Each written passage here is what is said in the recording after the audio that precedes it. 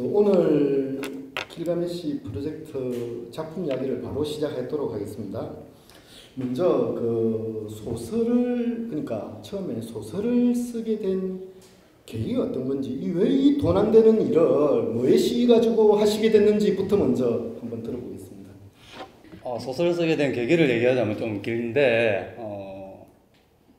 그러니까 제가 이제 예대 문창과 국문과 이렇게 나왔는데, 사람들이 이제 문창과 국문과 이제 이렇게 들어갔다고 하니까 처음에 뭐 글 쓸 작가가 되기 위해서, 소설을 쓰기 위해서 그런 목적을 가지고 아예 그때부터 들어간 줄 아는데, 이제 그건 아니고, 제가 그 시기 때 20대 이제 29이었는데 이제 직장을 다니다가 그때 실현과 실직이 이제 한꺼번에 찾아온 시기였는데, 그때 제 직장이 이제 대연동에 있었는데, 이제 대연역에서 이제 집으로 이제 가는 길에 그 대연역에 그 부산예대 문창과 그 모집 공고를 봤습니다.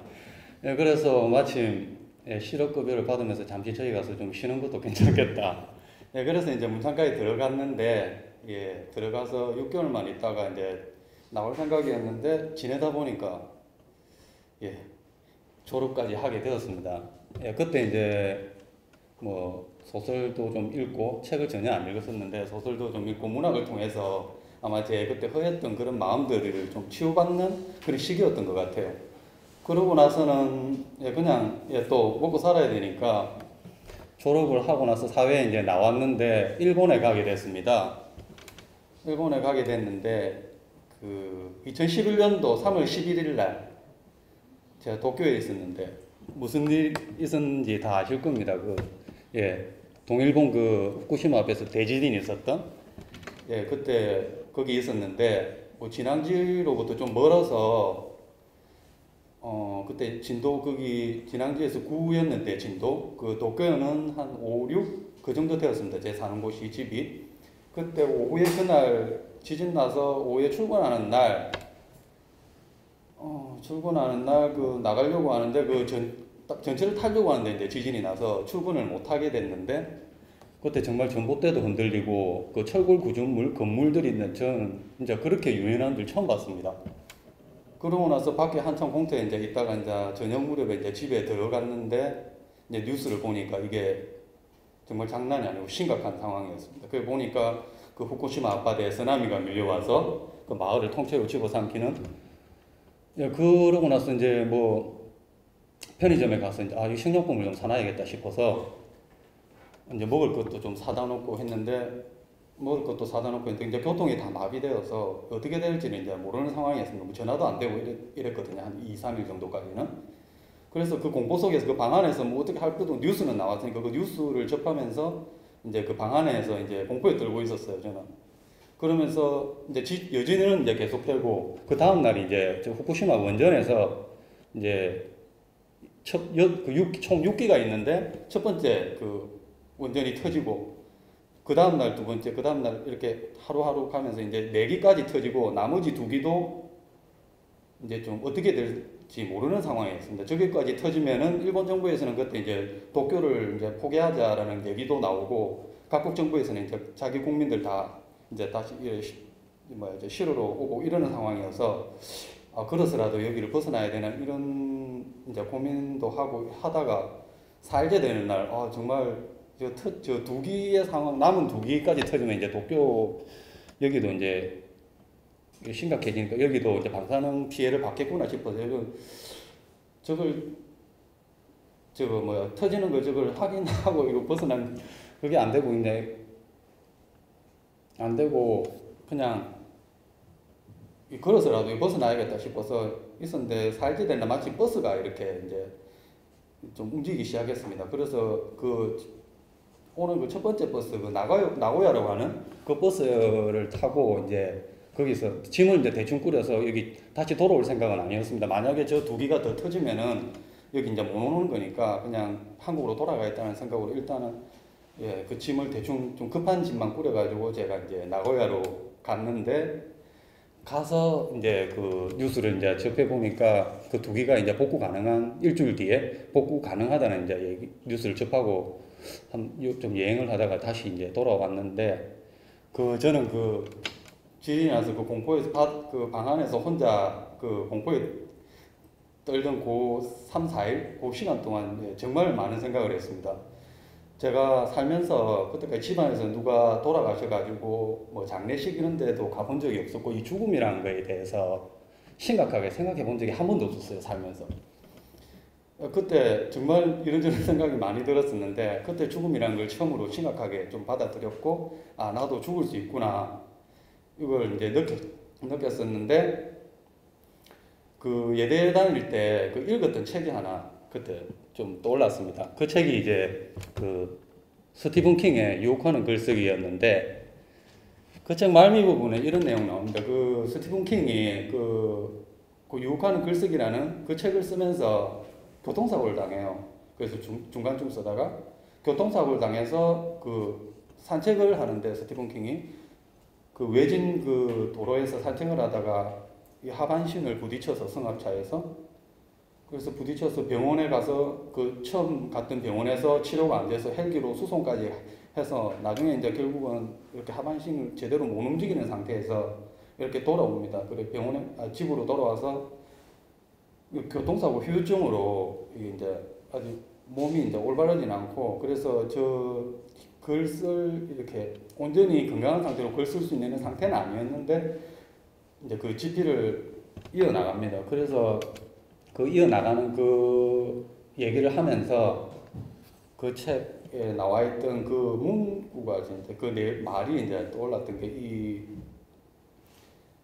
자기가 이 소설을 쓰면서 사는 삶, 이게 얼마나 풍요로운 삶인지 얼마나 행복한지를 얘기하면서 이 소설을 쓰는 건 마법과가 또 같다는 그 말이 그 나오거든요. 그 모르겠습니다. 그냥 그 말이 그냥 그때 방 안에서 그 말이 떠올랐어요.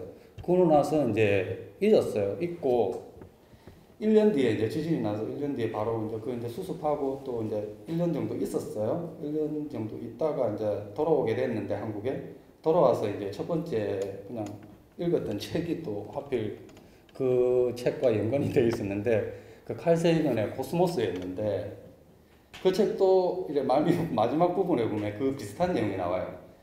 그 책에 관해서 이렇게 설명을 하면서 이 책이 인류사에 얼마나 인간의 위대한 발명품인지 이거를 설명하면서 또 비슷한 말을 해요. 이 글을 쓴다는 거는 이 마법사가 된 것도 같다고.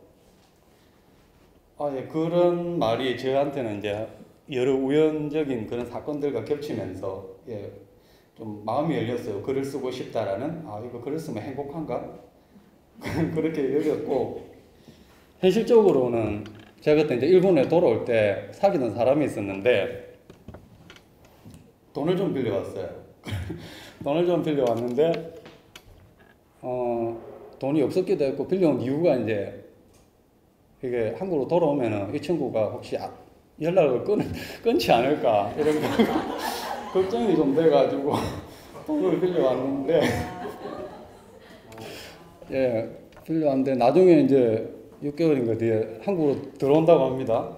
그래서 이 돈을 이제 다시 돌려줘야 썼습니다. 제가 그 사이에 그래가지고 돌려줘야 되겠구나 싶었는데 마침 그 신춘문예 그 신문사에서 광고를 봤는데 이게 복권보다 확률이 높지 않습니까? 그래서 이거 한번 써보자 이래서 급하게 이제 써서 응모를 했는데 진짜 됐어요. 진짜 될 줄 모르고 됐는데 그래서 제가 될 줄 몰라서 이제 겁이 났어요. 이거 어떡하지 이러고 있었는데 저는 이거 먹고 튀어야겠다.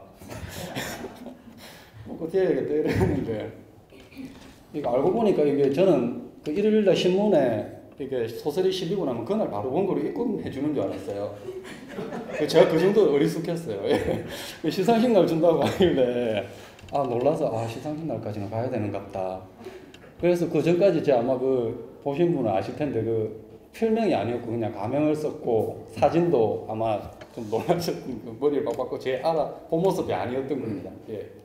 그래서 먹고 튀려는 목적하에 이제 그래서 시상식에 가서 이제 시상식까지 받고 상금을 받고 이렇게 했는데 그때 이제 그 과정에서 그때 국제신문에 그 정우련 선생님이 기고하고 계셔가지고 그 기자가 예대 나왔느냐 뭐 지금 그래서 선생님하고 연결 전화번호 이런 걸 알려 주셔가지고 저 정우련 선생님은 이제 제 예대 다닐 때 소설 창작론 수업을 들었었습니다. 그리고 그때 듣고 이제 그 연락을 이제 그때 한 게 그게 한 8, 9년 지난 것 같아요.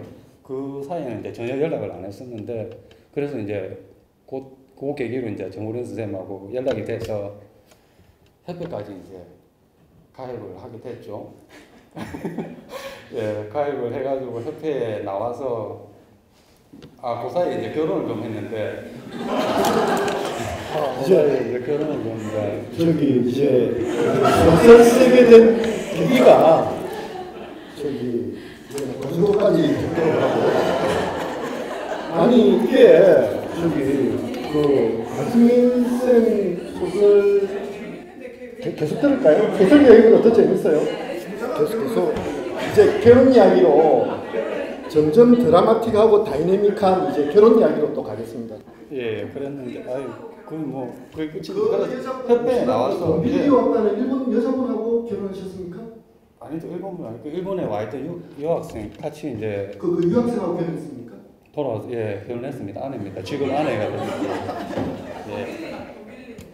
아니 그 소설 쓰게 된 계기가 저걸 소설로 만들어도 아주 좋을 것 같아요. 뭐 동일본 대지진이라는 대규모 공포 사태도 있고 뭐 여자에게 돈을 빌려와 가지고 하는 아주 고난도 작업의 정석도 끼어 있고 뭐 여러 가지로 그 고비고비마다 아주 소설적 사건들이 많은 소설 쓰기 이야기였습니다. 작품 이야기를 바로 시작을 하죠. 소설집에서 표제작이 중요한데요. 그 길가메시 프로젝트는 그 신화연구자 안 박사가 영생을 추구하는 내용이죠. 토성성에 이제 정착촌을 건설하려 하는데 거기 보내는 로봇에다가 인간의 뇌를 탑재하려고 하는 거죠. 뇌를 탑재할 3명 후보자 중에 안 박사가 들어있는데 그게 뭐 동일본 대지진을 겪어서 그런 건지 모르겠는데 왜 영생을 추구하는 작품을 썼는지 하고 발상하고 길가메시 서사시는 인류 최고로 가장 오래된 서사시죠. 길가메시란 이름과 그 소재를 들고 온 이유를 같이 다 말씀해 주시죠. 이 이야기를 쓰고 싶었던 계기가 된 건 아마 이거 그 유발 하라리의 사피엔스 읽으신 분 아마 눈치채셨을지도 모르겠어요. 이 제목을 왜 했는지.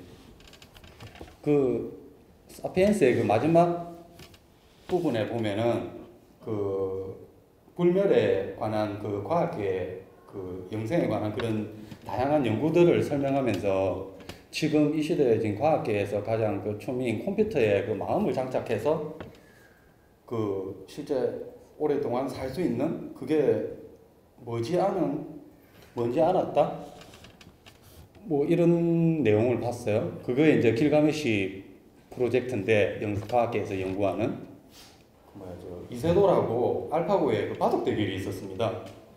근데 저는 이 책 읽고 이 그 바둑 대결을 보는데 진짜 예 정말 섬찟했습니다. 진짜 정말 이런 시대 정말 이렇게 영생을 불멸하지 않고 살 수 있겠구나 우리가 그런 생각이 들어서 그 책 그 마지막 보면 이런 내용이 있지 않습니까? 우리가 어떤 존재가 그런 시대가 오면은 우리가 그 욕망도 설계할 수 있는 그런 시대가 되는데 그런 시대에서 우리가 어떤 존재가 될 것인지 그거를 고민할 것이 아니고 우리가 무엇을 원하고 싶은가 이런 거를 고민하는 그런 시대가 올 거라고 그 사피엔스를 보는데 제 아까 말씀드렸던 그런 경험들 죽음에 관한 그런 경험들을 보시겠다 하면서 좀 깊이 좀 생각하게 됐습니다. 그래서 이 얘기를 이제 쓰게 된 거죠. 예.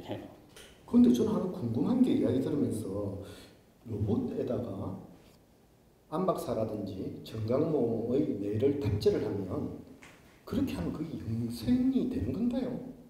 이렇게 질문 드리고 싶어요. 만약에 어제의 나와 오늘의 나는 같을까요? 이 생물학적으로 보면은 어제 가지고 있던 우리 세포가 오늘 100% 그대로 가지고 있는 게 아니지 않습니까? 그게 긴 시간으로 보면은 100년, 만약에 100년, 한 살 때와 100년 전에 나는 완전히 다른 겁니다. 생물학적으로는. 그렇게 생각하고 보시면 이 뇌에 탑재하는 것도 만약에 이게 지금 뇌지도가 분석이 돼서 우리의 이 지금 생각하고 있는 뇌라든지 마음이라든지 이게 완전히 이 구축할 수 있다면은 저는 그거 가능하다고 봅니다. 왜 공상과학 영화 보면은 뭐 애니메이션 뭐 월이라든지 뭐 트랜젠션인가 뭐 그런 영화 있지 않습니까? 실제로 우리 이 뇌 정보를 그대로 업로드해서 이렇게 그냥 몸만 바꾸는 거죠. 예. 그런데 이제 저는 이제 그 알파고의 그 바둑 대결을 보면서 아 저게 실현될 수 있겠구나. 그걸 정말 그래서 더 섬찟했습니다 저는. 예. 그런 측면도 있을 수 있겠네요.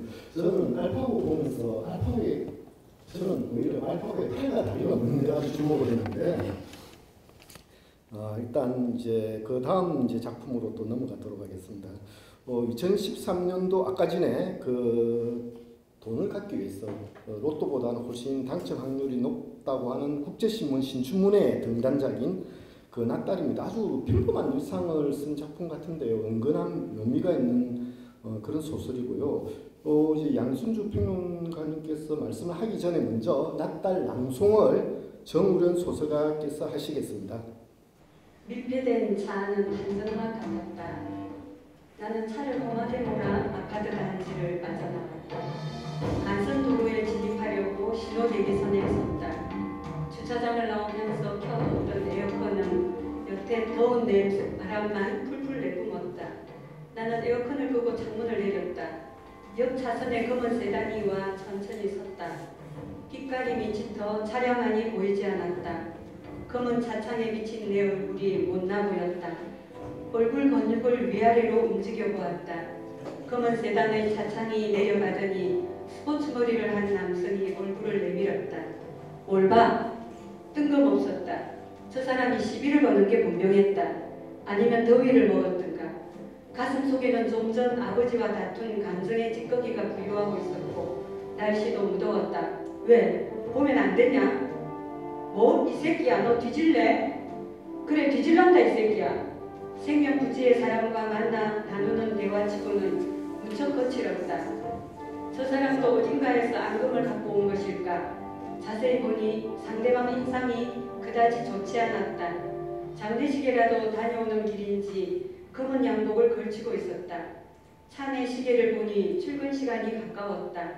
댓글이가 길어질까 싶어 얼른 사과하고 무마할까라는 생각이 언뜻 스쳤지만 이미 험한 날이 한번 오갔고 쉬 사과를 받아줄 인상도 아니었다. 물고 물리는 세상, 이럴 땐 강하게 밀어붙이는 것이 상책. 나는 오른손 중지를 지켜세우며 노려봤다. 내 중지를 본 검은 양복은 사이드 기어를 잡아당겼다. 야, 너 잠깐 내려봐. 차문을 열고 나온 검은 양복의 상체는 예상 외로 컸다. 마치 몸을 움츠리고 사냥을 준비한 육식동물 같았다. 검은 양복이 태양을 등지고서 내 얼굴 위로 그림자가 드리워졌다. 검은 양복의 흰 와이셔츠 안으로 푸른 문신이 엿보였다. 그 순간 나는 직감했다. 나는 물리는 쪽이며 지칠 때까지 뛰어야겠구나 하고 나는 서둘러 차창을 올렸다. 때마침 신호등이 초록색으로 바뀌었다. 나는 사이드 기어를 내리고 재빨리 기어를 변경했다. 차 보닛을 돌던 검은 양복이 나의 신속한 행동에 멈칫하더니 다시 차에 올라탔다. 나는 가속 페달을 꾹 밟았다. 룸미러로 보니 검은 양복은 화가 머리 끝까지 치받은 듯했다. 검은 세단도 속력을 높여 나를 뒤쫓기 시작했다. 나는 서행하는 차량을 요리조리 피하며 내뺐다. 검은 양복도 무서운 속도로 나를 뒤쫓았다. 우린 자동차 경주를 하듯 시내를 질주했다. 저속의 차들이 주마등처럼 스쳐갔다. 다들 내 다급함은 안중에 없이 느릿느릿 제 방향만을 향했다. 간간히 미동을 켠 차들이 보였다. 붉은색, 하얀색, 푸른색의 빛들이 어우러져 선을 이루었다. 나는 어디로 가는가? 빛들이 공간에서 산란했다. 그때 전방 좌측에 동굴이 보였다. 빛들의 고향? 나는 정신을 가다듬고 안구에 힘을 주었다. 빛들이 제자리를 찾았다. 나는 핸들을 황급히 돌렸다. 나는 학원 건물로 보이는 반지하 주차장으로 들어가 승합차 뒤쪽에 숨었다. 곧 검은 세단이 휑 주차장 입구를 지나쳐갔다. 골목으로 길을 튼 내 생각이 주요했다. 그제야 발목에 긴장이 풀렸다. 한숨이 나왔다. 안전띠를 한 아랫배에 압박감이 심했다. 오줌이 마려웠다. 주위를 살펴보니 주차장 안에는 아무도 없었다. 나는 차에서 내려 승합차 뒤로가 벽에다 대고 오줌을 놓았다. 굵은 오줌발이 벽면에 부딪혀 바지에 튀었다. 두 발자국 뒤로 물러섰다. 떨어진 오줌줄기가 승합차 밑으로 들어가 주차장 입구로 흘러내렸다. 나는 주차장 밖을 한번 확인하고는 도로로 나왔다. 좁은 골목을 벗어나 간선도로에 접어들어서야 안심이 됐다. 산 위로 떨어진 해는 조금씩 자취를 감춰가고 있었다. 노을이 초식동물의 선혈처럼 번졌다. 도로는 퇴근 시간에 접어들어 차량이 늘어나 있었다. 나는 간간히 백미러를 훔쳐봤다. 어둠이 내리지도 않았는데 달이 퍼런 하늘에 허옇게 떠 있었다. 나는 속력을 올렸다. 고속도로에 접어들자마자 전방에 동물 주검이 눈에 들어왔다. 나는 핸들을 살짝 틀어 비껴갔다. 육체에서 분리된 내장들이 짓눌려 형체를 알아보기 힘들었으나 꼬리의 모양으로 보아 고양이였다. 저 고양이는 먹이 하나 없는 아스팔트에 무엇 때문에 발을 내디딘 것일까? 고속도로를 건너기에는 꽤 멀었을 텐데 맞은편에서 암고양이라도 본 것일까? 휴대전화 벨이 울렸다. 아내였다.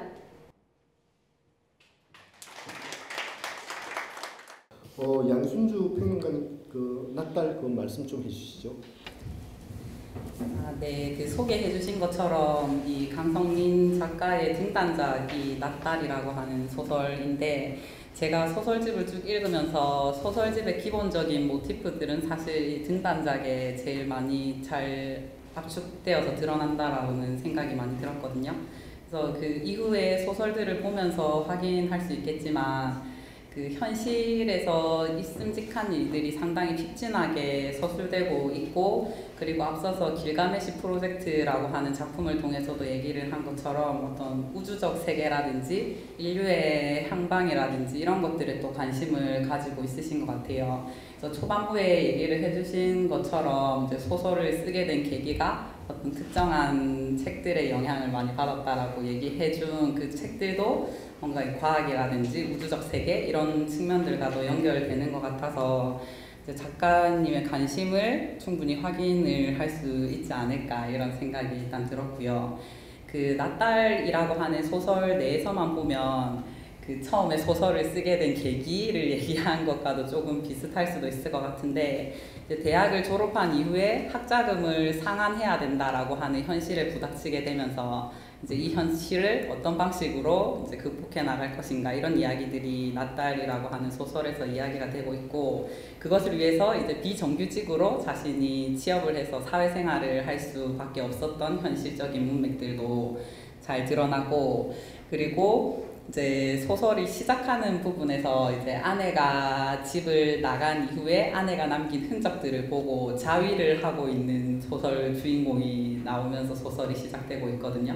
이제 그런 것에서도 알 수 있는 것처럼 자기가 두 사람이 뜨거웠던 연애 생활을 했던 것과 다르게 결혼이라고 하는 현실에 부닥치게 되면서 이제 이 연애 감정이라든지 사랑이라고 하는 감정이 식어버려서 혼자만 스스로를 위로하고 있는 이런 부분들이 제 어떤 현실 생활이라고 하는 문맥들을 좀 잘 보여준다라고 본다면 또 소설 내에서 이 서사와 같이 맞물려서 이야기되고 있는 게 이제 달의 기지를 건설하기 위한 목적으로 이제 아폴로 18호가 발사되었다라고 하는 뉴스의 소식이라고 하는 것이 같이 겹쳐져서 이야기가 되고 있거든요. 소설의 서사에서도 확인할 수 있는 것처럼 현실과 이상이라고 하는 것을 이제 그리고 그 격차를 어떤 방식으로 가져갈 것인가라고 하는 문맥이 강성민 소설가에게는 가장 중요한 어떤 주제의식이라고 저는 생각이 들었고 그것이 그 해설을 쓰신 정기문 쌤은 이제 경계라고 하는 개념을 가지고 이제 풀어서 설명을 하고 있는 것 같았고요. 이제 제가 느낄 때는 이 낫달이라고 하는 주제 제목 자체도 이제 이런 경계선상에 있는 어떤 모순되는 지점들을 잘 보여준다라는 생각이 들었습니다. 그런데 여기서 좀 제가 읽으면서 중요하게 생각했던 부분들은 오히려 이제 현실과 이상 사이에 격차가 있다라고 하는 것은 저희가 기본적으로 이제 잘 뭐 받아들이고 있는 부분이다라고 본다면은 그 현실과 이상의 괴리를 어떤 방식으로 극복해 나갈 것인가라고 했을 때 이 주인공이 느끼는 감정이라고 하는 것이 저는 되게 중요하다라고 생각이 들었거든요. 그래서 소설만 이제 놓고 본다면은 이제 보통 제가 소설을 읽거나 뭐 할 때에 좋아하는 소설이라든지 좀 의미가 있다라고 생각하는 소설들은 이제 이 감정적인 부분들이라고 얘기를 했을 때 그 감정을 어떻게 치밀하게 묘사를 하는가, 그래서 심리 묘사를 뭐 얼마만큼 이렇게 섬세한 방식으로 처리를 하는가라고 하든가, 아니면 그 어떤 인물의 상태를 최극단의 상태로 몰아붙여가지고 어떤 사건을 명확하게 보여준다거나 좀 이런 측면들이 저는 있어야 된다라고 생각이 들거든요. 그래서 정우련 선생님께서 아까 낭송을 하시면서 읽어주셨던 부분이 이제 소설의 클라이막스다라고 얘기를 하셨지만, 저는 이 소설에서 특별히 이렇게 돌출되는 큰 사건이 이렇게 많지 않다라는 생각이 많이 들었고, 이제 그런 면에서 소설이 상당히 일상적인 현실 층위에서 이렇게 잔잔하게 흘러가고 있지도 않나 하는 생각이 좀 들었거든요. 그래서 이제 이런 현실과 이상 간의 모순, 이런 부분에 대해서 얘기를 하려면 아무래도 어떤 구조적인 문제 같은 것들을 또 얘기를 할 수밖에 없고, 그러면은 이 구조적인 문제를 어떻게 극복해 나갈 것인가라는 측면들도 좀 생각을 해야 되지 않을까 저는. 그리고 그런 종류의 소설들이 좀 어떤 소설적으로도 혹은 미학적으로도 좀 의미가 있다라고 저는 개인적으로 생각을 하고 있거든요. 근데 이제 강성민 작가님이 선택하신 주제는 일단 그 기본적인 주제를 가지고 그 일상적인 시간이 쭉 흘러가는 방식대로 그 모습을 보여주고 있다라고 하는 측면이 제일 큰 특성이다라는 생각이 들었어요. 근데 이게 뭐 옳다 옳지 않다 이런 문맥들보다 이제 현실과 이상 사이에서 어떤 차이 같은 것들이 생겼을 때, 특히 소설을 쓸 때에 있어서 좀 중요하게 생각하는 부분들이라든지 요소들이 있으면은 좀 얘기를 해주셨으면 합니다.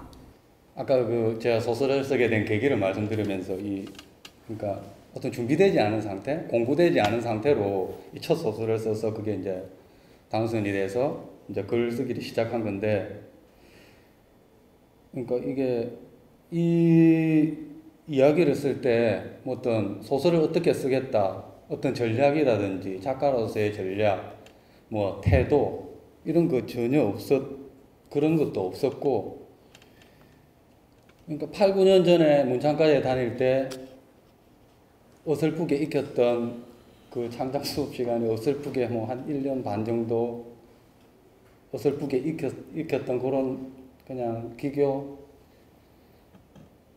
뭐 그걸로 그냥 썼던 거라서, 뭐 방금 그렇게 그렇게 말씀하신 그런 내용들에 대해서, 예. 일상적인 소재들도 소설 속에서 많이 드러나고, 또 동시에 일상에서는 전혀 볼 수 없거나 뭐 상상의 차원으로만 생각하는 것들에 대해서 이제 이런 어떤 격차나 괴리 같은 것들이 저는 소설 대부분에서 잘 드러난다라고 생각이 들었거든요. 그래서 낫달에 대해서 일단 얘기를 했지만 전체 소설의 주제의식이 저는 그런 부분들과 맞물려 있다고 생각하고, 또 이제 또 해설을 쓰신 또 정기문 쌤도 이제 뭐 경계라고 하는 방식으로 설정을 했던데, 그냥 그 되게 편하게 생각하면 작가로서 글을 쓸 때에 좀 더 중요하게 생각하는 포인트가 어떤 건지에 대해서 얘기를 해주시면 좋을 것 같아요. 굳이 제 질문에 대한 답이 아니라 하더라도 어떤 현실과 분명히 다른 지점들이 있을 거고, 소설을 쓸 때에는 그렇다고 완전히 상상된 세계라든지 완전 허구로 거짓된 세계를 그릴 수는 없을 거라고 생각을 하거든요. 그러면 그 사이의 문제들을 어떤 방식으로 풀어내느냐라고 하는 것이 소설가로서 지닐 수 있는 어떤 역할이나 역량 이런 것이라고 저는 생각을 하는데 특히 소설을 쓸 때 그 현실과 이상 사이의 격차에서 중요하게 생각하는 포인트가 어떤 것인지.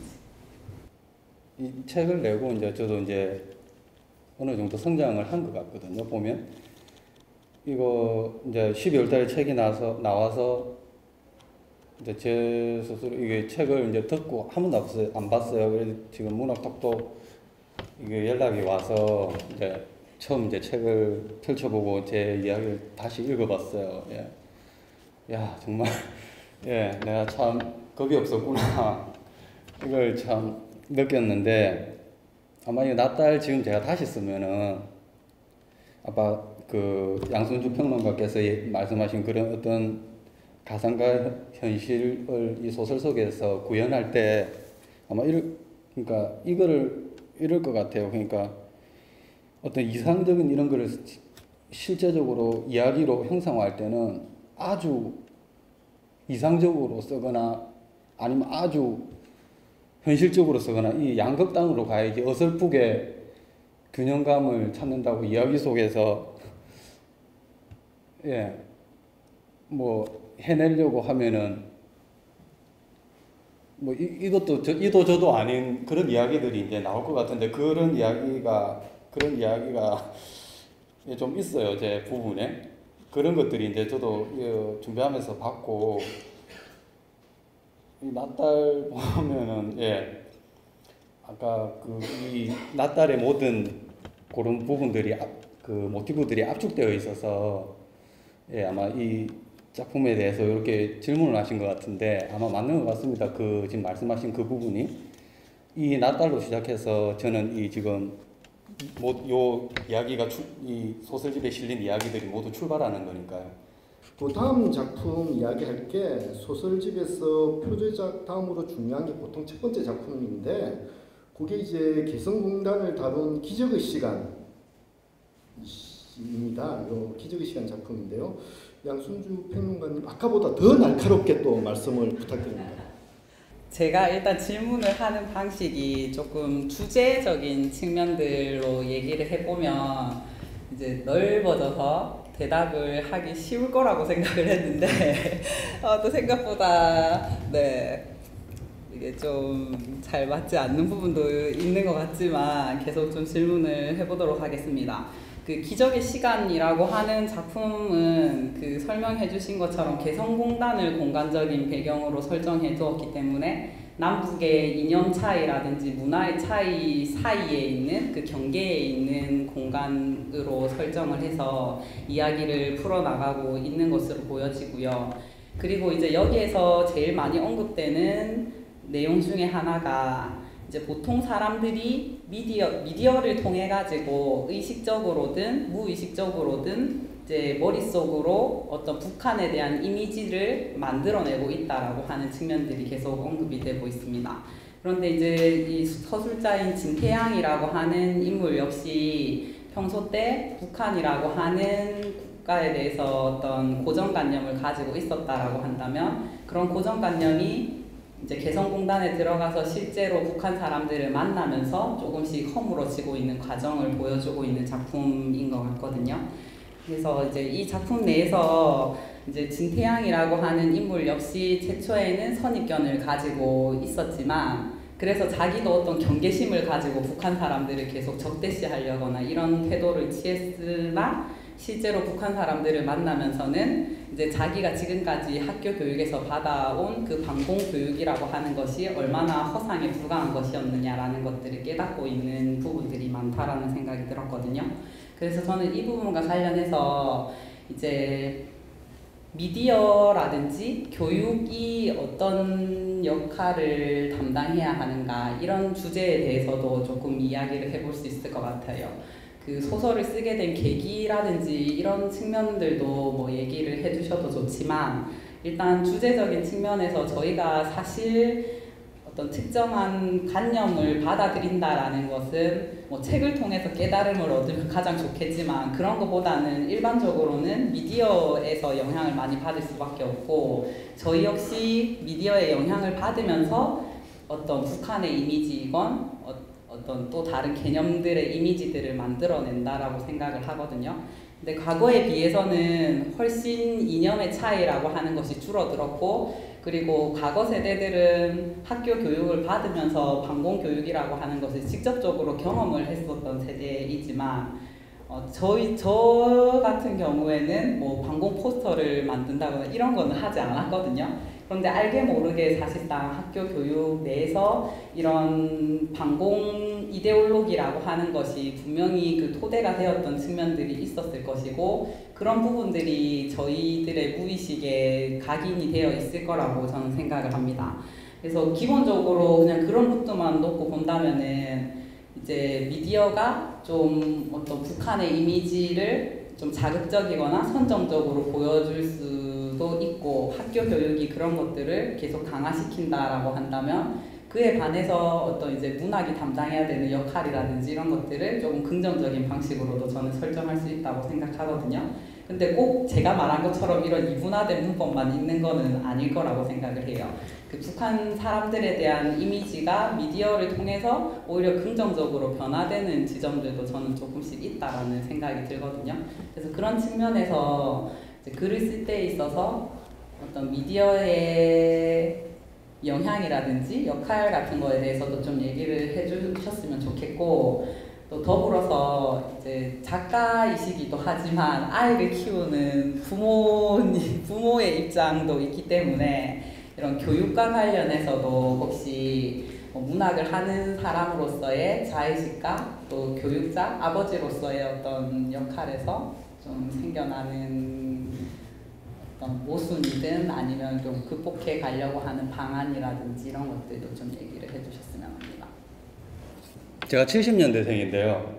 초등학교 때까지 반공 교육을 받았고, 아까 안 하셨다고 하는데 그 뭐 포스터 그리고 실제로 그렇게 교육을 받고 제가 자랐고, 정말 뭐 만화에서 보듯이 뭐 북한군이 우리처럼 똑같은 인간인 줄 아닌 줄 알았어요. 그걸 이제 알았던 게 이제 군에 가서였는데, 그렇게 가서도 이 북한 사람들이 어떻게 말하고 이런 걸 몰랐어요. 몰랐는데 그 뒤로 이 분단 문제에 대해서 뭐 정확하게 오래 뭐 이렇게 깊이 고민하고 생각해 본 적이 없었습니다. 이거 제 경험 말씀드리면은 쉽게 설명이 될 것 같아요. 이 글이 이제 나오게 된 배경인 건데, 이 기저귀 시간 쓰기 전에 제가 2015년도에 박근혜 정부 그 마지막 이산가족 상봉 행사를 금강산에서 했습니다. 그게 이제 마지막인 줄은 그때는 몰랐던 거죠. 이 행사를 하려고 한 달 정도 그 행사 준비를 위해서 제가 아르바이트를 그 금강산에 이제 들어갔던 겁니다. 거기서 이제 갇혀서 이제 체류를 그 금강산에서 하면서, 예, 제가 지금까지 알고 있던 북한에 대해서 어느 정도 좀 깨졌어요. 내가 남쪽에서 지금까지 받아왔던 그 생각하던 그 북한이 아니었었어요. 그거는, 이제 그 금강산에서만 물론 깨진 건 아니었고, 제가 그 문창가를 나와서 중국의 그 하얼빈에 잠깐 한 1년 반 정도 지낸 적이 있었는데, 그곳에서 뭐 조선족이라든지, 예, 좀, 참, 말하기가 그렇네, 이 보안법 때문에. 그래서, 예, 좀, 예, 본 게 있습니다. 그래서, 나중에 통일이 되면 이건 말씀드리겠습니다. 예. 있는데, 그럴 때, 이산가족 상봉 행사를 하면서, 이산가족 상봉 행사가 지금 얼마 전에 다시 재개돼서 열렸죠. 그거 제가 이번에 유심히 봤는데 2박 3일 동안 합니다. 그게 어떻게 하냐면은 전날 이제 여기 오전에 저 고성에서 고성에서 모이는데 고성에서 이제 올라갑니다. 버스를 타고 올라가면은 거기서 점심을 먹고 오후에 그날 첫째 날 오후에 2시 그 면회소에서 남측 식구들이 먼저 기다립니다. 기다리면은 북측 버스가 와서 북측 그 가족이 옵니다. 그래서 와서 인사를 하다 보면은 뭐 2시간 금방 훌쩍입니다. 그리고 헤어져서 각자 이렇게 호텔이 달라요. 자는 곳이. 그리고 각자 헤어져서 자고, 다음날 오전에 2시간, 그리고 오후에 또 2시간, 그리고 저녁에 그 만찬 행사를 하면서 또 2시간, 그리고 그러니까 두 번째 날 6시간, 첫째 날 2시간, 그렇게 만나고 마지막 날 오전에 2시간을 만나고 끝나는 행사예요. 제가 그 행사를 준비하고 그 행사 당일날은 서빙을 하면서 그 홀 그 면회소 안에 있었는데, 저 가족들 이렇게 막 그 100테이블이 되거든. 둥근 그 호텔에 있는 그 한 200에서 300여 분 이래 될 겁니다. 그 취재진하고 기자들, 뭐 관계자들 다 있습니다. 그래서 그런가 이 가족들이 그러니까 이 둘째 날까지 이렇게 만나서 저분들이 가족이 맞나? 이 무슨 우리가 뭐 사동지간에 상견례 하는 것보다 더 서먹서먹한 그런 관계예요.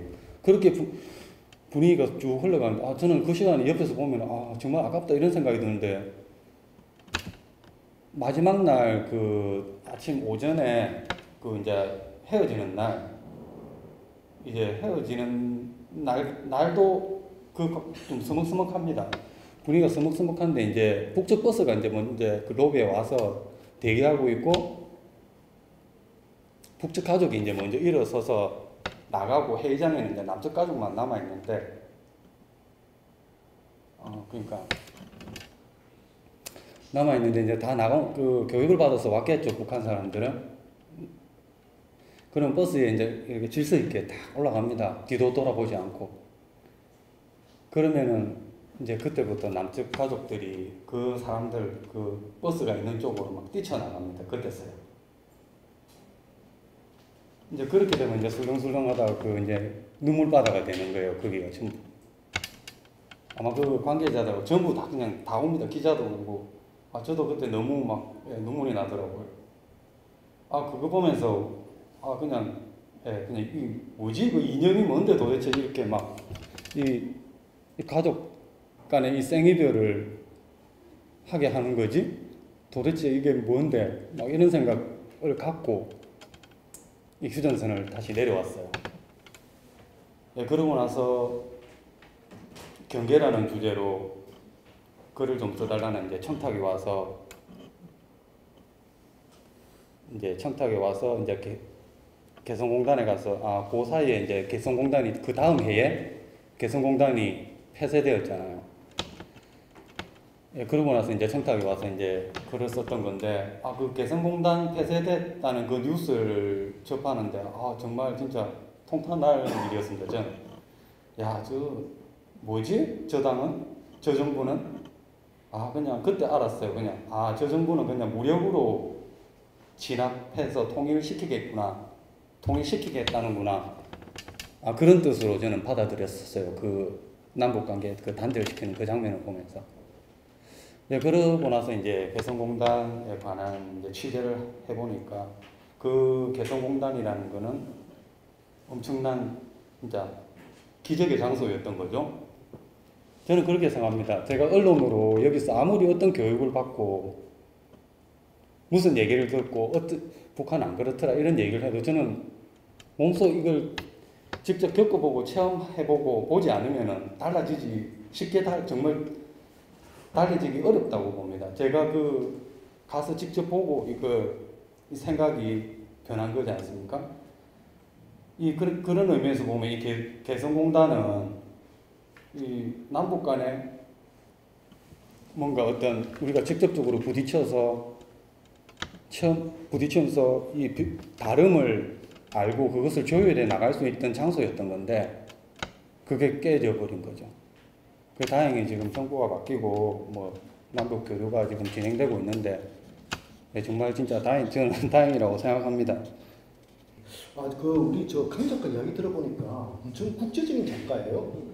하얼빈에서도 1년 6개월 있었고 도쿄에서도 상당 기간 있었고, 알바도 금강산에서 해가지고 제가 이야기를 들으면서 참 알바도 좋은 곳에서 해야 좋은 작품이 나올 수가 있겠구나 이런 생각도 들었습니다. 저 개성공단에 관련된 남북 간의 다름과 조율 이런 부분들을 좀 강조를 많이 한 것 같고, 저는 이 작품에서 참 인상적인 문장이 몇 개가 참 인상적인 문장이 있었는데, 내 머릿속에 방공 포스터가 덕지덕지 붙어 있었다. 뭐 이런 문장들 같은 경우는 참 문장이 좋았습니다. 그런 생각이 들고요.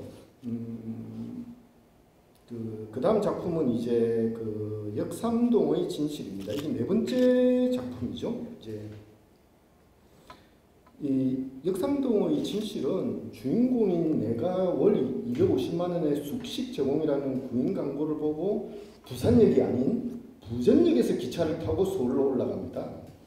직장이 리치라는 서울에 있는 업체인데요. 음식 배달 업체예요. 리치 홍보물을 빌딩에 뿌리고 음식 배달을 하는데 뭐 배달 시간이 늦으면 벌금도 내고요. 그러니까 뭐 신호를 위반하고 중앙선도 넘고 뭐 이런 목숨을 건 배달을 하고 뭐 하여튼 뭐 이런 일을 하죠. 그러다가 이제 나중에 배달 직원 중 한 명은 죽고 한 명은 뭐 하반신 마비가 되는 사건을 하면서 하여튼 이 나라고 하는 사람은 팀장까지 승진을 하는 거예요.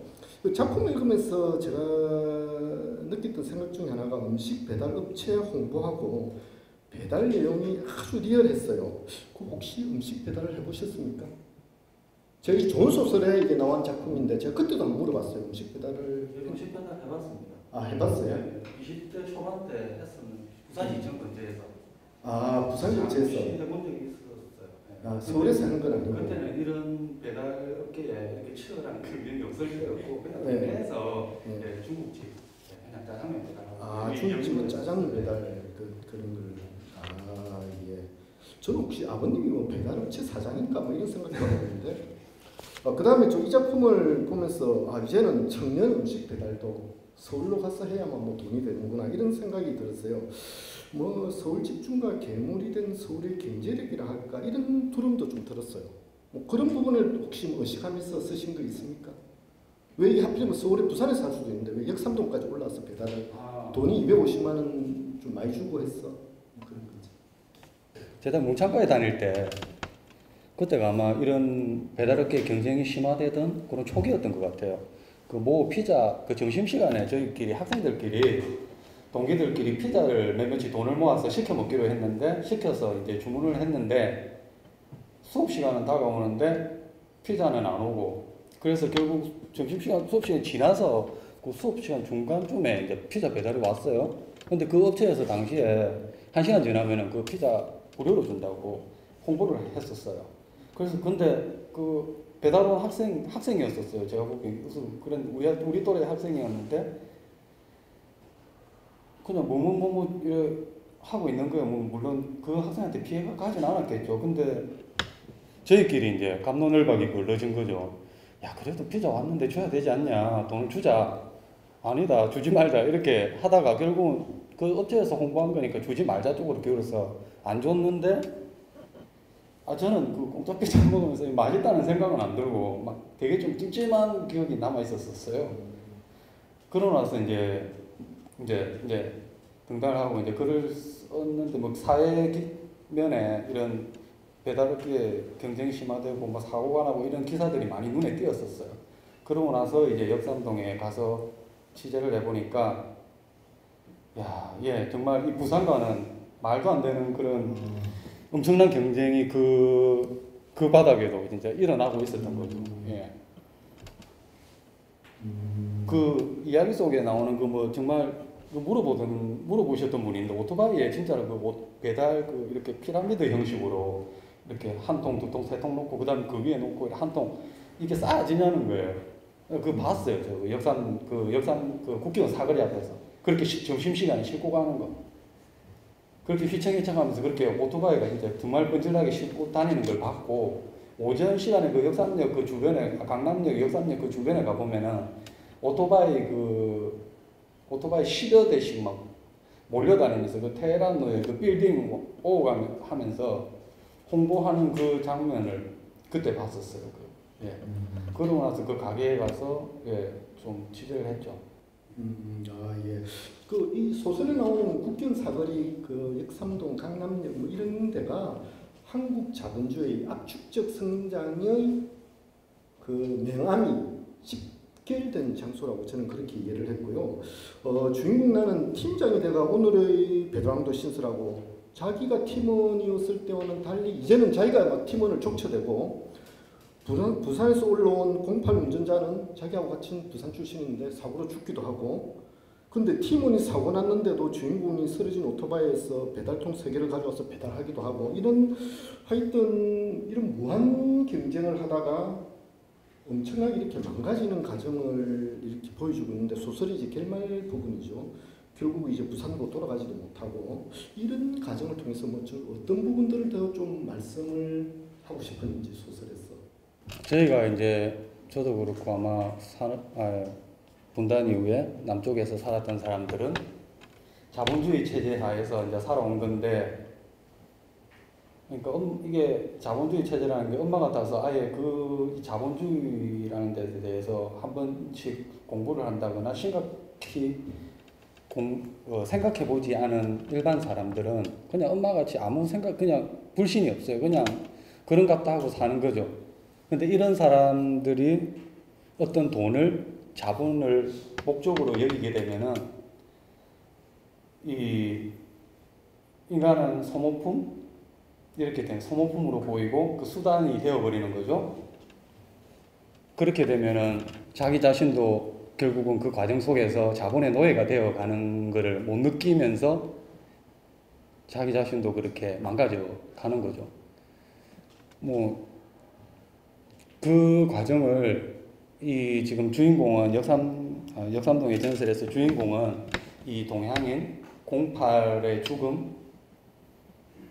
통해서 어떤 자기 자신 그 죽음을 통해서야 이제 깨닫게 되고 그 죽음을 보고 부끄러움을 느껴서 이제 고향으로 돌아가지 못하는 것으로 이제 설정을 한 건데, 예, 그런 마지막 결말을 두고 되게 좀 고민을 많이 했던 게 고민을 했던 게 아니고 슬펐던 게 그러니까 우리가 이렇게 인식을 하고 뭔가 사고가 바뀌고 이런 게 결국은 이런 직접적인 큰 육체의 어떤 크나큰 충격 이런 게 없이는 변하지 않나? 왜 이렇게 쉽게 안 변하지? 예, 그런 게 좀 느껴져서 되게 슬퍼서 이렇게 결말을 이렇게 마무리했던 게 참 좀 기억이 남습니다, 저는. 홀로 아리랑은 이것도 참 뭐 실직한 가장의 이야기죠. 양승주 평론가께서 이번에 조금 부드럽게 좀 말씀해 주시기 부탁드리겠습니다. 둔탁하게.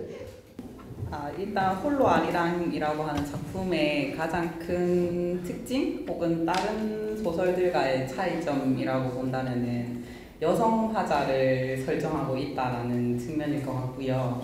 그 배경은 이제 회사의 부도로 해고당한 아빠가 이제 시위를 하고 있다라고 하는 배경이 이야기됨에도 불구하고 이제 이것을 바라보는 중학생 딸의 시선으로 이 이야기를 풀어가고 있다라고 하는 게 이제 길사메시 프로젝트라고 하는 소설집 내에서 이 홀로 아리랑이라고 하는 소설의 가장 큰 차이점이라고 저는 생각이 들었습니다.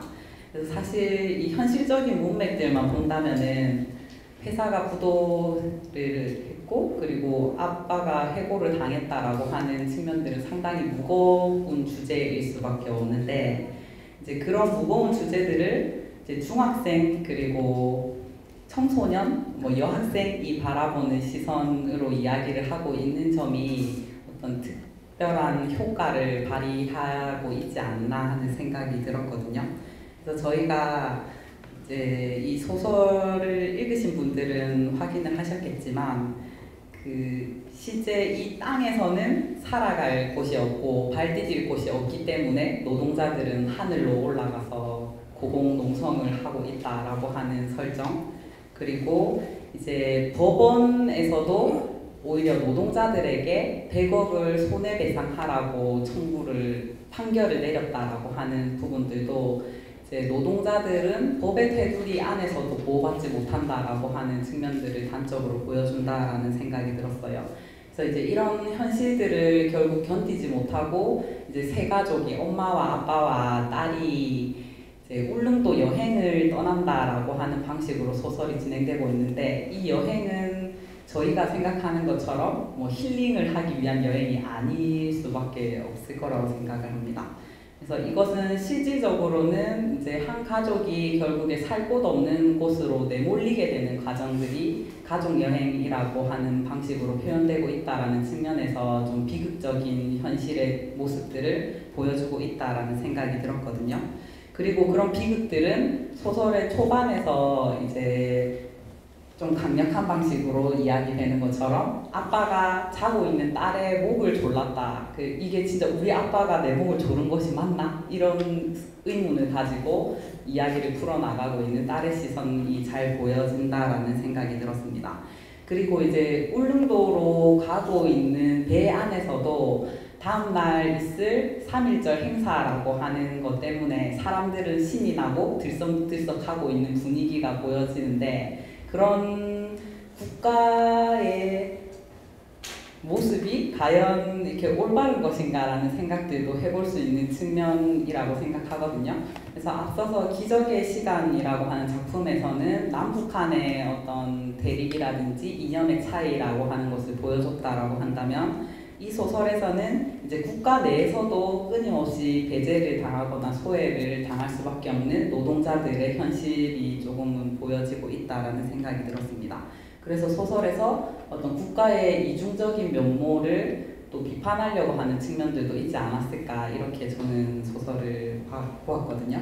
근데 특히나 이제 이 무거운 주제, 노동자들의 권리를 찾는다거나 노동자들이 이제 발 디디고 설 곳이 없는 이런 암울한 현실이라고 하는 것을 보여주기 위해서 작가가 선택한 이제 서술자는 중학생이란 말이에요. 그래서 그 딸 그리고 중학생의 시선으로 이런 무거운 주제들을 이야기하고자 했던 이유가 전 좀 궁금해서 거기에 관해서 질문을 하고자 합니다. 처음에 여기 지금 이 인물 주인공을 딸을 나이를 설정할 때 중학생으로는 좀 지금 이 아빠와의 이 관계 이거를 파악하고 이런 걸 다 제대로 그러니까 초등학생으로 설정을 하려고 했어요. 그래서 이런 모든 것을 지금 이런 분위기, 가족적인 분위기 이런 분위기에 대해서 다 설명할 수 있을까? 초등학생이면 좋은데 이런 생각을 했는데 역시 이건 좀 무리겠다 싶어서 이제 중1로 나오는 거죠. 그래서 이제 이 인물을 설명한 건데 그러니까 이거는 또 방금 그 소재를 설명한 이 얘기를 좀 하고 싶어요. 이 지구에 이제 생명체가 생기고 인간으로서 가장 결정적인 시기가 언제였을까 이래 좀 생각을 해봤어요. 생각을 해보니까 이제 생명체가 이 지구상에 출현하고 세포가 이제 진핵 세포가 된 거죠. 이 세포 안에 핵이 생겨서 이제 막이 생기면서 이 핵이 이제 유전자를 이렇게 섹스를 통해서 전달하는 이 방식으로 이제 우리 인간까지 진화를 해온 건데 이때부터 이제 이 노화, 죽음이 시작됐다고 해요. 그렇게 생각해 보니까 이게 이제 그런 의미로 보면 이 생리라는 거는 이 여자의 생리라는 거는 엄청난 거죠. 그 위에서 이 인간 삶의 모든 이 희노애락이 시작되는 거고 우리는 거기서 벗어날 수 없고 그렇게 생각해 보니까 이게 이제 저한테는 특별한 의미로 보였었는데 이게 쓸 때도 사실은 이런 이제 제가 내용도 이제 알고 있었던 상태여서 현실에서는 제가 이제 이 시기 때 딸이 태어났어요. 딸이 이제 태어났는데 산부인과에서 이 딸이 이제 태어나는 장면을 보는데 그때 태어나는 것도 고통스럽구나 이러고 이제 집에 돌아왔는데 딸아이를 이제 그 병원에서 이제 이렇게 이제 창밖으로 보고 이래 하면서 이제 보고 하면서 그때 이제 홀로 아리랑을 쓰고 있었는데 예전에 등단할 때 제 예심 심사 하셨던 선생님이죠. 정영선 선생님이셨습니다. 그때 시상식 때 가서 제가 인사를 드렸어요. 인사를 드렸는데 제 기억이 맞나 모르겠습니다. 그냥 그때 인사를 드리니까 좀 되게 저 첫인상은 차갑다라는 그런 느낌이 있었어요. 차갑다는 그런 느낌을 받는데 그때 무슨 말씀을 하셨는데 무슨 말씀을 하셨냐면 형을 왜 죽였냐고 했어요. 낯달에서 옆집 그 형을 왜 죽였냐고. 저는 그거 몰랐어요. 그냥 좀 왜 저런 말씀하시지? 되게 차가우신 분이구나. 저 그러고 말았어요. 그러고 말았는데 그러고 이제 결혼을 하고 이제 애가 태어나고 이제 고사에 이제 책도 읽으면서 공부를 좀 하면서 그 애 태어나고 나서 제가 그때까지는 이 소설 속에서 인물들을 움직일 때 이 죽이고 어떻게 행동하고 움직이고 아까 전에 역삼동에서 그 자본에 대해서 한번 좀 고민해 보지 않고 돈을 목적으로 여기면은 나머지는 수단으로 보인다고 했잖아요. 제가 그 짓을 하고 있었던 겁니다. 그 뭔지 모르게 이 소설 속에서 인물들 배경 사건 이런 것들을 제 소설 속에 이 어떤 목적을 이루기 위해서 이 인물들을 함부로 다뤘던 거죠. 그래서 이 낫달 속에서 이 인물도 왜 죽이는지도 모르고 그냥 죽였어요. 저도 모르게. 근데 이 홀로알이랑 이거 쓰면서 이 아빠를 제가 처음에는 쓸 때 결말을 아빠를 죽여야지 꼭 죽여서 내 이 홀로알이랑의 이 소설의 목적한 바를 이루어야지. 예. 이러고 시작했는데 이 쓰는 사이에 딸이 태어났어요. 예. 그때 그 딸 태어나는 걸 보면서 아, 이 소설 속에서도 함부로 생명을 함부로 죽이면 안 되고 인물도 함부로 움직이면 안 되고 뭐 이런 거를 좀 느꼈어요. 그때 정현 선생님 말씀이 떠올라서 그런 뜻으로 하신 말씀인가? 그대로 제가 여쭤보진 않았는데 예, 그 말씀이 되게 예, 기억에 남았었어요. 이 소설 할 때. 그래서 좀 깨달음을 얻었던 소설이었었어요. 그래서 아마 이런 질문은 안 물어보실 것 같은데 여기 이 소설 중에서 가장 아끼는 소설이 뭐냐 이러면은 저는 이 홀로알이랑이에요. 예. 그래서 그런 이유로 되게 또 이거 소설을 많이 고치고 아예 처음부터 썼다가 다 뜯어 고치기도 했고 저번에 작년엔가 이정임 소설가가 태고를 보통 100번씩 한다는 얘기를 듣고 제가 예, 무척 놀래고 예, 야 정말 대단하다 이런 생각인데 아마 이 홀로알이랑 하나는 제가 그 정도로 태고를 했었어요. 그래서 더 애정이 갑니다 저는. 올해 휴무제 나도 눈치라면 맥달이다. 김 과장이 다음 말은 듣지 않아도 뻔하다. 집안에 일이 좀 생겼는데 근무 좀 바꿔줄 수 있어요? 김 과장 집에는 왜 하필 공휴일에만 일이 터질까? 모레는 대통령 선거일이다. 법정 공휴일에도 근무하는 그린볼드가 임시 공휴일이라고 신리만무하다. 일주일에 한 번 쉬는 휴무가 우연히 모레 선거일에 겹쳤는데 평일에 휴무가 잡힌 김 과장이 근무를 바꾸자고 했다. 나는 올 초에 근무 일정표가 나왔을 때 투표를 하고 가족과 함께 나들이 할 계획이었다. 김 과장은 비정규직원이 법정 공휴일에 쉬는 날이면 어김없이 근무를 조정했다. 나는 쓴 웃음을 지으며 고개를 끄덕였다. 김 과장은 인사부장과 돈독한 사이다. 정규직 전환을 앞두고 괜히 불쾌한 인상을 심고 싶지 않았다. 대신 김 과장은 오늘 오후에 N모텔 재고조사가 있는데 나더러 나가라고 했다. N모텔은 형제 계열사인데 그린월드에서 직접 정보류를 관리한다. 외부에 재고조사를 나가면 오늘 잔업을 하지 않아도 되니 쉬는 날은 바꾸고 김 과장이 선심을 쓰는 듯한 태도를 보였다. 점심시간이 끝나고 나는 사복으로 갈아입고 내 차로 사무실 박양과 함께 대구가에 있는 N호텔로 이동했다. N호텔 건너편에는 아내가 일하는 수협이 있다. 나는 재고조사가 끝나면 6시에 마치는 아내를 마중하러 갈 생각이었다. 오는 길에 박양에게 물으니 늦어도 5시 전에는 마칠 거라고 했다. 보통 재고조사는 현장에서 일하는 정규직 한 명이 동행했는데 김 과장이 나를 보낸 것으로 보아 내가 곧 정규직 전환을 앞두고 있음을 기억하는 게 틀림없었다. 나는 박양과 함께 N호텔 린넨실로 들어가 재고조사를 시작했다. 중구류 수량을 파악하는 아주 간단한 작업이었다. 그런데 얇은 침대 시트와 베개 피의 크기가 제각각 다르고 고르게 정돈되어 있지 않아 여러 번 세게 되었다. 그러다 보니 예상 시간을 훨씬 초과한 6시쯤에야 일을 끝마쳤다. 박양도 오늘 재고조사가 일찍 끝나면 다른 약속이 있다고 했는데 자꾸 미안한 마음이 들었다. 그래서 나는 호텔 출입문에 나와 박양에게 택시를 타고 가라며 10,000원짜리 한 장을 손에 쥐어주었는데 박양이 손을 빼며 한사코 거절했다.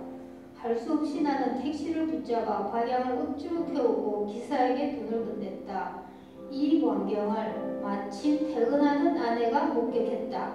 뻔뻔하네. 마누라 직장 바로 앞에서. 뭔 소리고? 왜 그는하고 침대방에서 뒹구는 걸 내 눈으로 봐야 시인할 기가. 참나. 니 지금 뭐하고 있다. 그만해라. 지랄하고 있네. 달짝지근했다. 오랜만에 듣는 아내의 목소리였다. 늘 아내와 아들이 잠들어 있을 때 출퇴근하다 보니 부부싸움 할 여력도 없었다. 아내는 몹시 분주히 있었다. 이럴 때 말 한마디, 손짓, 표정 그 무엇 하나 조심히 행동해야 한다. 내 쪽이 1년간 훌타해도 절대 아내에게 논리적으로 덤벼서는 안 된다. 자칫 이 문제를 잘못 덜 쑤셨다가 아내의 가슴 속에 퇴적된 앙금이 내관을 터뜨릴 수도 있기 때문이다. 나는 호텔 주차장에서 어떤 차로 가서 자세한 얘기를 하자며 아내의 팔을 붙잡았다. 하지만 아내는 나의 부정을 확신하고 더러운 손을 치우라며 등을 탁 돌리고 가버렸다. 나는 오늘 아내와 근사한 식당에서 밥을 먹으며 지난 날이 바뀐 병위를 설명하고 외로운 아내의 마음을 달래 처가의 아이를 데리러 갈 생각이었다. 그런데 모두 물거품이 되었다. 내 마음은 차가운 겨울바다에 뜨어서라도 결벽을 증명하고 싶었지만 내 몸이 싸늘하게 식어 있었다. 나는 차를 곧장 집으로 돌렸다. 자, 이게 마지막 작품입니다. 마지막 이야기고요. 이게 이제 정규가 공장식 세탁업체 크린월드에서 일하는 직원 이야기인데요. 이 세탁업체는 특급 호텔을 갖고 있는 관광그룹의 자회사입니다. 아까 퀴즈에도 나왔죠. 이 작품도 역시 직장 세탁 내용이 아주 리얼해요. 벌 받는 내용 뭐 어떤 건가 하면 뭐 1번 세탁백에 넣어가지고 뭐 운송시키는 이런 벌을 받는 것도 있고, 직원 2명이 8번 세탁기에 들어가 대형 사고가 날 뻔도 하고, 뭐 하여튼 여러 가지 물건 묘사도 대단히 재밌습니다. 그래서 이 작품은 저 참 또 궁금한 게 도대체 취재는 어떻게 했는지 하고 이 작품을 쓰게 된 발상은 어떻게 됐는지. 자, 예, 마지막 질문입니다. 세탁회사에 그 배송기사로 잠시 알바했던 적이 또 있습니다. 알바 인생입니다. 정말. 예. 했었는데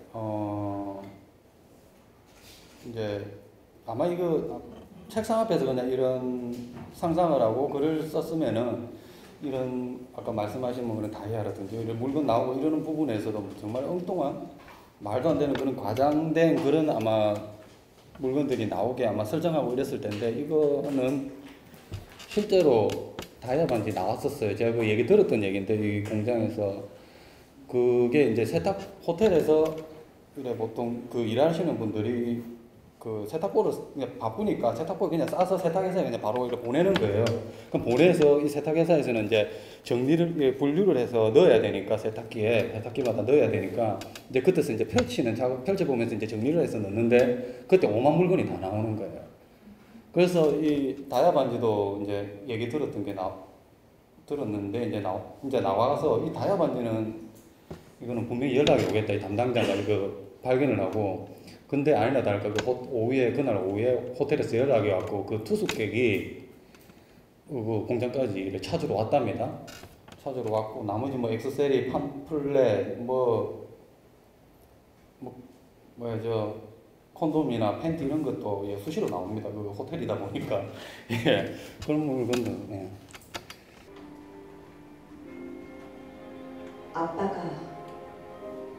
아빠가 내 목을 졸랐다. 아니, 눌렀다고 해야 하나?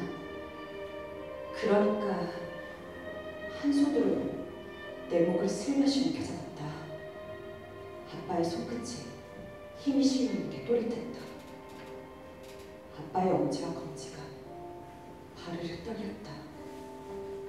아빠가 더는 힘을 실지 못하고 주저한다는 느낌이 손끝에 서려 있었다. 아빠에게 술 냄새는 나지 않았다. 나는 아빠의 문 여닫는 소리만 들어도 대번에 아빠의 상태를 짐작할 수 있다. 소주 3병 이상 마신 날은 문에서 핑거 신벌 소리가 난다. 그런 날은 엄마도 아빠에게 타박을 놓지 않는다. 소주 2병 정도 마신 날은 거실에서 맥주 캔다는 소리가 들린다. 아빠가 반주를 마시고 들어온 날은 내 방문을 빼꼼히 열어본다. 내가 책상에 앉아있으면 슬쩍 용돈을 내려놓고 가는 센스도 있다. 그때만큼은 옅은 알코올 냄새가 얼마나 달콤한지. 그리고 내가 잠든 날은 내 방에 들어와 얼굴에 뽀뽀를 하고 나간다는 사실을 최근 알게 됐다. 나는 아빠에게 경고했다. 나도 이제 어엿한 숙녀라고. 아무튼 오늘은 아빠가 여느 날과 무척 달랐다. 나는 침대에 누워 잠이 오지 않아 뒤척이고 있었는데 아빠가 들어오는 기척이 들렸다. 난 그냥 잠든 척했다. 나는 아빠가 내 볼에 뽀뽀하는 현장을 잡기 위해 실눈을 두고 유심히 지켜보았다. 아빠가 살며시 방문을 닫았다. 책장 위에 놓아둔 별자리 본이 빛났다. 아빠가 올 봄에 중학교 입학 기념으로 사준 선물이다. 아빠는 별자리 본의 조명을 등지고 장승처럼 서 있었다. 아빠가 물끄러미 나를 내려다봤다. 이윽고 침대 곁으로 다가왔다. 나는 눈을 감았다. 아빠가 내 목을 더듬었다. 그러더니 지그시 힘을 주기 시작했다. 나는 입술을 다물고 코로 웃음을 내쉬었다. 아빠의 오른손이 골짜기에 달린 지게 같았다. 악몽을 꾼 게 아니고? 아니, 차가운 금속이 내 목을 사정없이 짓누를 수 있겠다는 공포가 더 끝이 닫혔다. 나는 겁이나 도저히 눈을 뜰 수 없었다. 내가 침을 머금고 있는데 아빠가 손목에 힘을 풀었다. 아빠는 이문을 열어주고 조용히 문을 닫고 사라졌다. 눈물이 핑 돌았다. 눈물은 귓속으로 흘러들었다. 못 먹겠다. 별자리 본이 천천히 돌았다. 가만히 보니 별들이 미세하게 흔들렸다. 마치 훌쩍이는 것 같았다. 저 별들도 엄마 아빠가 있겠지? 저 별들도 커서 또 별을 낳고 그 별이 또 아기 별을 낳고 그러는 거겠지. 한 달 전 나는 드디어 생리가 터졌다. 그날 밤 우리 집에는 작은 파티가 열렸다. 김밥집 일을 마치고 돌아온 엄마는 내게 맞는 생리대를 사왔고 아빠는 꽃다발과 작은 케이크를 들고 들어왔다. 엄마와 아빠는 이제 어른이 된 거라며 축하해줬다. 불안한 마음이 한결 나아졌다. 이렇게 상냥했던 우리 엄마가 딸의 목을 조르다니. 그냥 내 목을 어루만지려? 아니, 분명히 아니다. 나는 등골이 오싹했다. 설사 신임이었다 해도 왜 그랬을까? 우리 아빠가. 짐작가는 데가 있긴 하다. 요즘 우리 집 형편이 매우 어렵다. 작년에 아빠 회사가 부도가 났다. 아는 아저씨가 회사에서 나가거나 잘렸다. 엄마가 김밥집에서 일을 시작한 것도 그 무렵부터다. 아빠는 출근할 때 보면 예전과 달리 꼭 마른 멸치 같다. 올해 초 엄마가 내게 학원 다니는 게 도움이 됐냐고 물었다. 나는 영어학원과 수학학원을 관두겠다고 대답했다. 그 후 아빠 회사는 다른 회사에 팔렸다고 한다. 아저씨들은 시위를 시작했다. 아빠도 시위에 동참했다. 아빠가 회사를 생각할 때마다 얼마나 가슴이 아플지 나는 안다. 하지만 그런 힘든 일이 있다 해도 친딸의 목을 조른다는 게 도무지 잠이 오지 않는다. 별자리꼴을 쳐다보면 스르르 졸렸는데 오늘은 눈물만 주르르 흘렀다. 우리 식구는 모처럼 식탁에 함께 둘러앉았다. 아빠, 회사에 안 가고 여행 가도 돼? 응, 괜찮아. 얘기해놨어. 너도 오늘은 일찍 자. 내일 새벽에 출발해야 되니까. 근데 울릉도 가려면 돈 많이 안 들어? 우리 서연이가 별 걱정을 다 하네. 엄마는 내일 가족여행을 떠나는 게 즐거워 보이지 않았다. 아빠도 피곤한지 말없이 밥만 떴다. 언제부턴가 우리 집에서 웃음소리가 사라졌다. 다음날 새벽 우리는 수원에서 버스를 타고 강릉으로 향했다. 우리가 탄 버스는 7시 반에 강릉항 여객터미널에 도착했다. 나는 어째 신이 나지 않았다. 배는 울릉도 조등항에 12시에 도착했다.